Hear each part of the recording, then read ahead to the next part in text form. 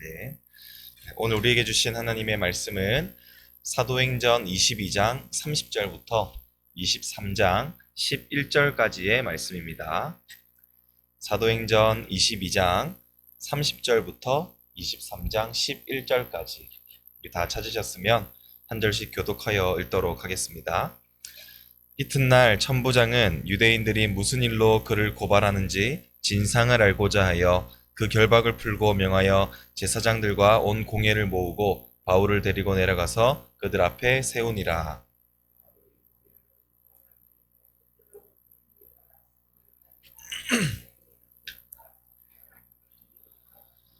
대제사장 아나니아가 바울 곁에 서 있는 사람들에게 그 입을 치라 명하니,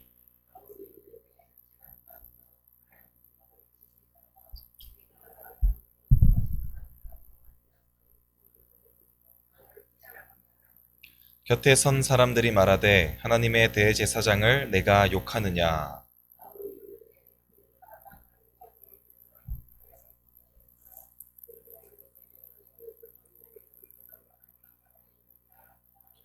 바울이 그중 일부는 사두개인이요 다른 일부는 바리새인인 줄 알고 공회에서 외쳐 이르되, 여러분 형제들아, 나는 바리새인이요 또 바리새인의 아들이라. 죽은 자의 소망 곧 부활로 말미암아 내가 신문을 받노라.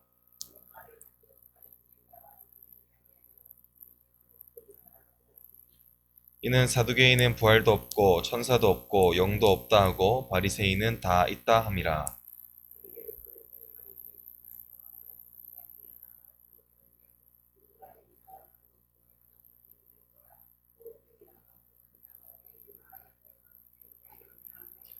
큰 분쟁이 생기니 천부장은 바울이 그들에게 찢겨질까 하여 군인을 명하여 내려가 무리 가운데서 빼앗아 가지고 영내로 들어가라 하니라. 그날 밤에 주께서 바울 곁에 서서 이르시되, 담대하라. 내가 예루살렘에서 나의 일을 증언한 것 같이 로마에서도 증언하여라 하리라 하시니라. 아멘. 할렐루야. 네, 오늘도 하루의 첫 시간을 또 하나님 앞에 드리신 우리 모든 성도님들 가운데 하나님의 말씀이 깨닫게 되는 은혜와 또 하나님 앞에 우리의 모든 간구를 올려드리는 그 기도 제목들이 응답되는 놀라운 역사가 나타날 수 있는 우리 새벽 기도의 시간이 될 수 있기를 소원합니다. 네, 천부장은 무슨 일로 지금 유대인들이 그렇게 바울을 못 잡아먹어서 안달인지 그 실상을 알고자 하였습니다.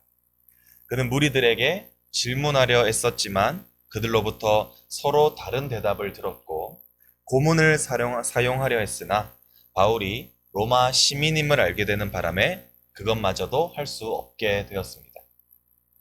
그래서 천부장은 이제 세 번째 방법을 선택했는데요. 그것은 바로 공식적으로 의회를 열어서 바울을 재판하는 것이었습니다. 그리하여 제사장들과 온 공회를 모으고 바울의 사건에 대한 이 청문회를 열게 되었던 것이죠. 천부장의 명령에 따라 바울이 소환되어 그에게 채워진 결박이 풀렸고 그를 공회 앞으로 내세워 그의 입장을 밝히도록 하였습니다.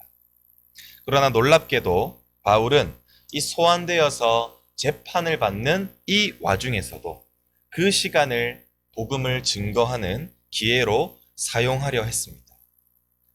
그의 대적들은 오히려 전체 공회 앞에서 그들에게 공식적으로 연설할 수 있는 무대를 바울에게 마련해준 꼴이 되었던 것이었죠. 우리 오늘 본문 23장 1절의 말씀 다 같이 한번 읽어보도록 하겠습니다. 바울이 공회를 주목하여 이르되, 여러분 형제들아, 오늘까지 나는 범사의 양심을 따라 하나님을 섬겼노라 하거늘. 지금 바울은 현재 이 복음에 대한 분명하고 확신에 찬 태도로 그들 앞에 서 있습니다. 그리고 그의 결단에 따라 바울은 오늘까지 나는 범사의 양심을 따라 하나님을 섬겼노라 라고 이렇게 선포하고 있습니다. 바울은 먼저 자신이 이 깨끗한 양심을 가지고 있다라고 언급을 하고 있는데, 이 말은 바울이 자신이 어디까지나 하나님 앞에서 영적이고 또한 도덕적인 선택들만을 철저히 해왔으며 그 결과로 말미암아 지금 내가 이곳에 서 있다라고 말을 하고 있는 것입니다. 다시 말해서 그는 언제나 하나님 앞에 설 만반의 준비가 되어 있었고 또 자신의 행동과 선택에 대해서는 책임질 준비가 확실히 되어 있다라는 뜻입니다. 그리고 그는 그러한 태도로서 내가 지금까지 하나님을 섬겨왔다라고 말하고 있는데요. 이 섬기다에는 이 하나님 나라의 백성으로서의 의무를 다했다라는 뜻이 포함되어 있기도 합니다. 다시 말해서 바울은 하나님께로부터 창세 전부터 선택을 받아 구원을 받은 주님의 백성답게 하나님 앞에서 내가 한 점의 부끄러움 없는 행실로 지금까지 살아왔을 뿐만 아니라 구원받은 하나님의 백성에게 주어진 그 사명인 복음을 전파하는 일에 내가 최선을 다함으로써 하나님 나라의 백성으로서의 그 의무를 다했다라고 그 많은 무리들 앞에서 선포하고 있는 것이죠. 그리고 이 바울의 이 고백 한켠에는 그렇다면 너희는 어떠한가? 라는 그러한 청중들에 대한 이 도전 역시나 포함되어 있습니다. 자신들도 하나님을 지금 동일하게 믿는다라고 말하면서도 자신들의 외식을 드러내고 있으며 또 심지어 하나님께서 구원하신 그 백성들에게 맡겨주신 그 사명인 복음을 전하는 일에 대하여 그 상황에 때리고 또한 결박하여 감옥에까지 넣은 지금 너희들은 양심에 따라서 하나님을 섬기며 살아간다고 말할 수 있는가에 대한 도전 말이죠. 이러한 도전에 대하여서 대제사장 아나니아는 바울의 입을 칠 것을 명합니다. 아마도 이 바울의 도전에 대해서 양심이 찔림으로써 나타나게 된 행동이었을 것입니다. 그러나 바울은 그 명령에 대해서 불합리성을 느끼고 곧바로 응수합니다. 그는 대제사장을 지금 회칠한 담, 곧 위선자라고 칭하고 지금 네가 내 입을 치라고 명령했듯이 하나님께서 너를 치실 것이다 라고 말을 합니다. 왜냐하면 지금 이 대제사장의 명령은 율법을 어긴 행위였기 때문이죠. 바울은 아직까지 어떠한 범죄로 기소를 당한 것도 아니고 또한 발견된 죄도 없는 상태에서 지금 처벌을 명령하는 것은 레위기 19장에 기록된 재판할 때 너희는 불의로 행하지 말고 공의로 재판하라 라는 이 하나님의 율법을 어긴 행위이기 때문입니다. 그런데 곁에 있던 사람들이 이 바울이 비난했던 그리고 저주하였던 그가 바로 하나님의 대제사장이었다라는 사실을 알려줍니다. 그러자 바울은 그 즉시로 곧바로 자신의 비난에 대해서 사과하고 인정하는 모습을 보여주는데요. 우리 5절을 같이 한번 읽어보도록 하겠습니다.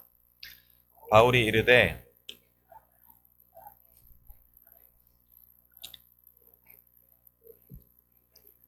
비방하지 말라 하였더라 아멘. 이것은 바울이 대제사장을 알아보지 못한 결과로 말미암아 일어난 사건이었습니다. 바울이 대제사장을 알아보지 못했다라는 이 이유는 학자들마다 이 견해가 조금씩 다른데요. 이 바울의 시력이 좋지 못하여서 그 제사장을 알아보지 못하였다라는 이 점도 있으며 혹은 아주 가끔씩 이 예루살렘에만 방문하였기 때문에 이 최근에 임명된 이 아나니아를 한 번도 본 적이 없어서 알아보지 못했다라는 견해도 있습니다. 어찌되었든 중요한 사실은 바울이 대제사장을 알아보지 못하였다라는 점이겠죠. 그러나 중요한 것은 지금 자신에게 불합리하게 처벌했던 자가 대제사장이었다는 사실을 알게 되었을 때 그 즉시로 바울이 사과했다라는 것입니다. 왜냐하면 바울은 하나님께서 이 출애굽기 2장을 통해 명령하신 이 백성의 관원을 비방치 말라라고 했던 그 말을 기억하였고 그 즉시로 그 말씀에 순종했기 때문입니다. 바울이 현재 법정 앞에 섰어도 지금 잘못된 것을 바로 잡을 수 있었던 것도 혹은 대상이 지금 잘못 행동한 것일지라도 그가 간원이었기에 사과했던 것도 다 하나님의 그 말씀 앞에서 순종함으로써 나타난 결과였던 것이었습니다. 이처럼 바울의 삶, 이 사역과 생애는 한마디로 말하자면 하나님의 말씀에 대한 순종의 삶이라고 말할 수가 있을 것입니다. 바울의 삶 앞에서 어려운 상황에 처해 있을지라도 혹은 불합리한 상황에 마주하였을지라도 바울은 하나님의 말씀이 무엇보다 중요했다라는 사실을 이 여실히 보여주고 있는 문장인 것이죠. 성도 여러분, 현재 바울에게 있어서 하나님의 말씀과 하나님의 뜻이 제일 중요했고 그 앞에서 자신의 개인적인 감정이나 취향은 전혀 중요하지 않았습니다. 말씀대로 순종하는 삶, 이것이 바로 바울이 하나님 앞에서 깨끗한 양심을 가지고 살아갈 수 있었던 비결이었습니다. 동일하게 구원받아 하나님의 백성으로서 살아가고 계시는 우리 성도님들은 하나님의 말씀 앞에서 어떠한 삶을 살아가고 계십니까? 이 시간 말씀으로서 권면하기로는 어떠한 상황 가운데에서도 하나님의 말씀 앞에 순종하며 살아갈 수 있는 우리 모든 성도님들이 되시기를 소원합니다. 그리하여서 우리가 어떤 사람들 앞에 설지라도 나는 양심에 따라 하나님을 섬기는 자라고 우리가 떳떳하게 말할 수 있을 뿐만 아니라 그 모습들이 불신자들에게도 또 모범이 되어서 하나님께 영광을 올려드리는 우리 모든 성도님들 되시기를 간절히 소원합니다. 그리고 바울은 당시 공회에 사두개인들과 바리새인들이 모여 있다는 것을 알고 그들에게 바른 복음을 전할 방법과 동시에 문제를 자신에게서 멀리할 수 있는 그 한 가지 방안을 생각해냅니다. 우리 6절 말씀을 같이 한번 읽어보도록 하겠습니다. 바울이 그중 일부는 사두개인이요 다른 일부는 바리새인인 줄 알고 공회에서 외쳐 이르되 여러분 형제들아 나는 바리새인이요 또 바리새인의 아들이라 죽은 자의 소망 곧 부활로 말미암아 내가 신문을 받노라. 아멘. 그것은 부활에 대하여서 말하는 것이었습니다. 사두개인들은 부활이 없다고 말하는 자들이었습니다. 영이나 천사도 동일하게 부인하는 자들이었죠. 그리하여 이 점을 활용하여 부활이 없다고 믿는 자들에게 바로 예수 그리스도께서 행하신 그 중요한 사역 가운데 하나인 십자가의 죽으심 이후의 부활 사건을 주입시키고자 하는 목적을 두었던 것이었죠. 또 하나의 목적은 공회를 이렇게 두 패로 분열시키는 것이었습니다. 바리새인들은 부활이 있다고 믿는 자들이기 때문에 자연스럽게 이 바울이 말했던 이 말에 대해서 바울의 말을 지지했을 것이고 이로 인하여서 자연스럽게 바리새인 파와 사두개인 파가 나뉘어서 이 부활 논쟁이 일어나게 되었습니다. 이렇게 부활 논쟁이 치열하게 일어나게 되자 바울은 그들의 관심 밖으로 자연스럽게 밀려나게 되었던 것입니다. 그러나 이 논쟁은 생각보다 크게 불거짐으로 말미암아 이 문제를 야기시켰던 이 바울이 오히려 죽을 위기에 닥치자 오히려 천부장이 바울의 목숨을 건져주는 상황이 발생하게 되었습니다. 그렇게 무사히 집으로 돌아오게 된 바울은 바울 앞에 예수님께서 환상으로 나타나시어 그를 격려해 주셨습니다. 우리 마지막으로 11절 말씀 같이 한번 읽어보도록 하겠습니다. 그날 밤에 주께서 바울 곁에 서서 이르시되 담대하라 내가 예루살렘에서 나의 일을 증언한 것 같이 로마에서도 증언하여라 하리라 하시니라. 아멘. 이렇게 많은 일들이 있었던 그날 밤에 예수님께서는 바울의 환상을 통하여 나타나셔서 칭찬과 격려를 받게 됩니다.